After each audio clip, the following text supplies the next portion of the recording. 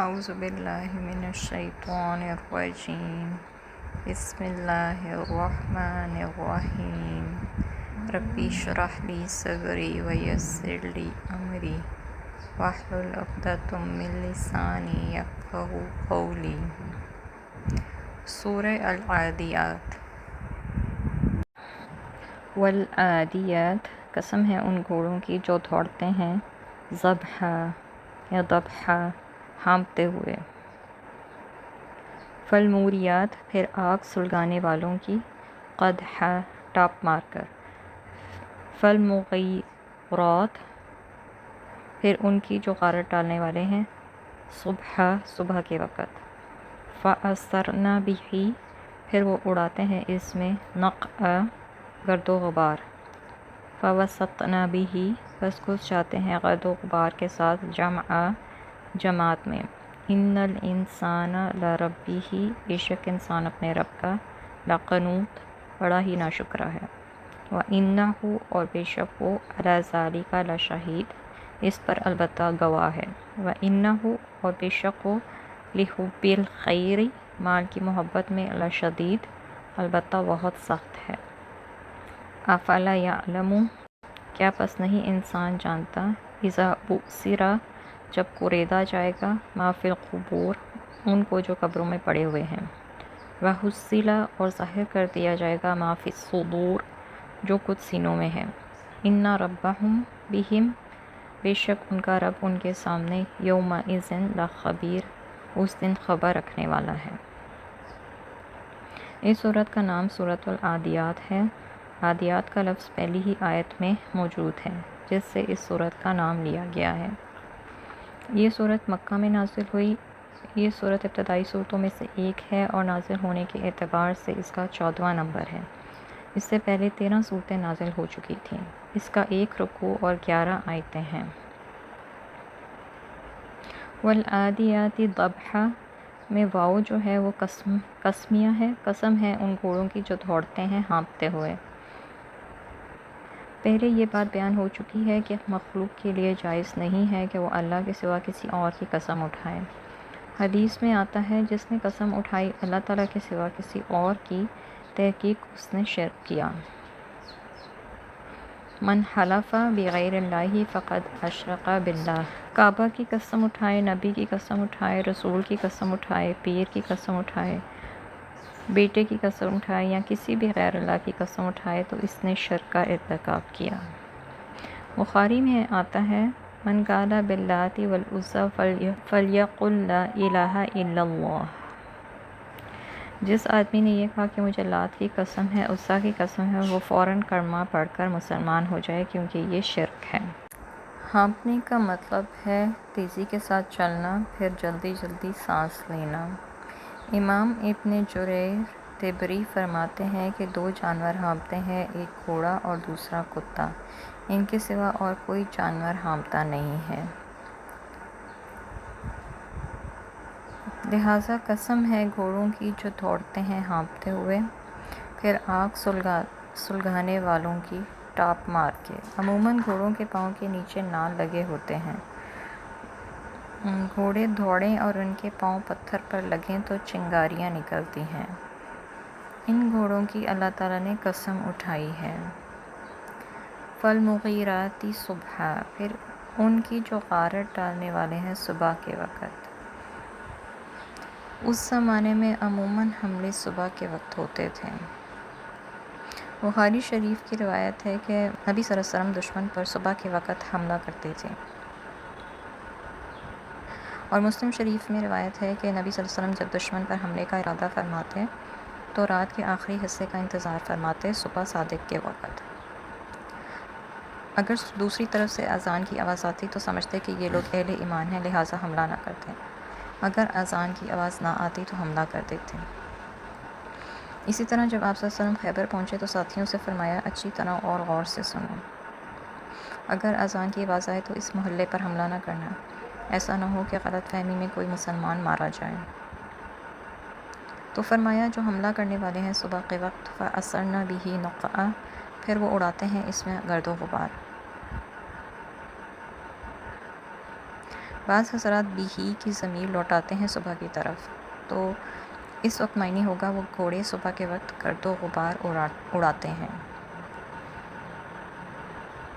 اللہ تعالیٰ نے ان گھوڑوں کی تعریف فرمائی ہے کہ وہ اتنے تیز دوڑتے ہیں کہ صبح کے وقت وہ گرد و غبار اڑاتے ہیں، اور بعض حضرات نے ضمیر قدحن کی طرف لوٹائی ہے تو پھر معنی ہوگا تیز چلنے کی وجہ سے گرد و غبار اڑاتے ہیں۔ فوسطنا بہ جمعا، بہ کی ضمیر لوٹ رہی ہے نقعن کی طرف، معنی ہوگا بس وہ گھس جاتے ہیں دشمن کی جماعت میں گرد و غبار کے ساتھ۔ آگے جو ان گھوڑوں کی قسم ہے، آگے جواب قسم ہے، ان الانسان لربہ لقنوط، بے شک انسان اپنے رب کا بڑا ہی ناشکرا ہے۔ بظاہر گھوڑوں کے دوڑانے اور انسان کے ناشکرے ہونے کا آپس میں ربط نظر نہیں آتا، لیکن حقیقت میں بڑا گہرا تعلق ہے۔ وہ اس طرح کے گھوڑے کو بندے نے پیدا نہیں کیا، اللہ نے پیدا کیا ہے۔ گھوڑے کے واسطے چارہ پانی بھی بندے نے پیدا نہیں کیا، اللہ تعالیٰ نے کیا ہے۔ گھوڑا سانس لیتا ہے تو ہوا بھی اللہ تعالیٰ نے پیدا فرمائی، انسان نے نہیں۔ جب وہ زمین پہ چڑھتا ہے تو وہ بھی رب کی پیدا کی ہوئی ہے۔ بندہ جو ہے وہ صرف اس کا مالک ہے کہ اس نے خریدا ہے یا گھر میں پالا ہے، اس کو گھاس کھلاتا ہے یا پانی پلاتا ہے۔ اتنے سے تعلق سے وہ اس کا اتنا فرما بردار ہے کہ مجاہد اس پر سوار ہو کر جہاد کے لیے جاتا ہے تو گھوڑا دشمن کی صفوں میں گھس جاتا ہے، تیروں کی بارش ہو رہی ہے، تلواریں چل رہی ہیں، نیزے مارے جا رہے ہیں، گھوڑا زخمی بھی ہوتا ہے لیکن اپنے مجاہد کی نافرمانی نہیں کرتا۔ لیکن انسان اپنے حقیقی مالک کی بے شمار نعمتیں کھانے کے باوجود نافرمان ہے۔ اے انسان، تو نے سوچا ہے کتنا بڑا سبق ہے یہ؟ تو گھوڑے سے بھی گیا گزرا ہے، حالانکہ اللہ تعالیٰ نے تجھے پیدا کیا، تیرے لیے خوراک، پانی، زمین، ہوا، ساری کائنات تیری خدمت پر لگائی، تو کتنا ناشکرا ہے۔ راحت آرام میں بھی اللہ کے سامنے نہیں جھکتا، اور گھوڑا تیروں کی بارش میں بھی تیری فرمانبرداری کر رہا ہے۔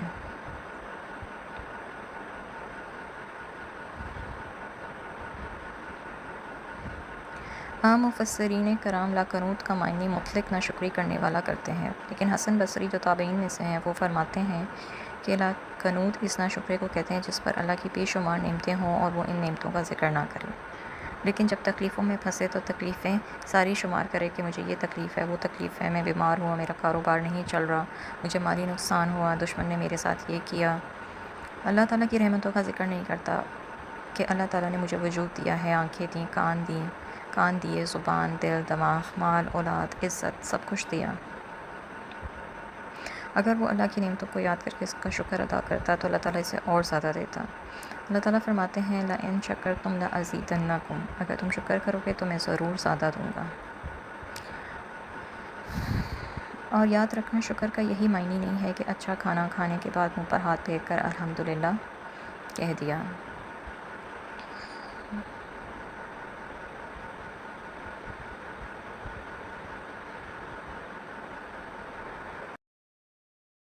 سب سے بڑا شکر جو ہے وہ نماز کے ذریعے ہے۔ نماز کے ذریعے جو شکر ادا ہوتا ہے وہ اور کسی عبادت کے ذریعے ادا نہیں ہو سکتا، اور تمام عبادتوں میں سر فہرست نماز ہے۔ قیامت والے دن بھی سب سے پہلے نماز کا ہی سوال ہوگا۔ مومن کا پہلا جو پرچہ ہے حقوق اللہ میں سے وہ نماز کا ہوگا۔ اگر نماز میں پورا اترتا ہے تو انشاءاللہ باقی کام بھی ٹھیک ہوں گے۔ حضرت عمر نے اپنے دور خلافت میں، ان کا دور خلافت 10 سال تھا، اپنے تمام حکام کو سرکاری طور پر خط لکھا، بے شک تمہارے تمام کاموں میں سے سب سے اہم اور ضروری کام میرے نزدیک نماز ہے۔ افسر نماز پڑھتا ہوگا تو میں سمجھوں گا کہ باقی کام بھی دیانتداری کے ساتھ کرتا ہے، اور جو نماز نہیں پڑھتا میں سمجھوں گا کہ اس نے باقی کام بھی نہیں کیے۔ یعنی حضرت عمر کے دور میں افسروں کی دیانتداری کا معیار نماز تھا۔ آج کتنے ہی لوگ ہیں جو نماز کی پابندی کرتے ہوں، کتنے ہی افسر ہیں جو نماز کی پابندی کرتے ہوں۔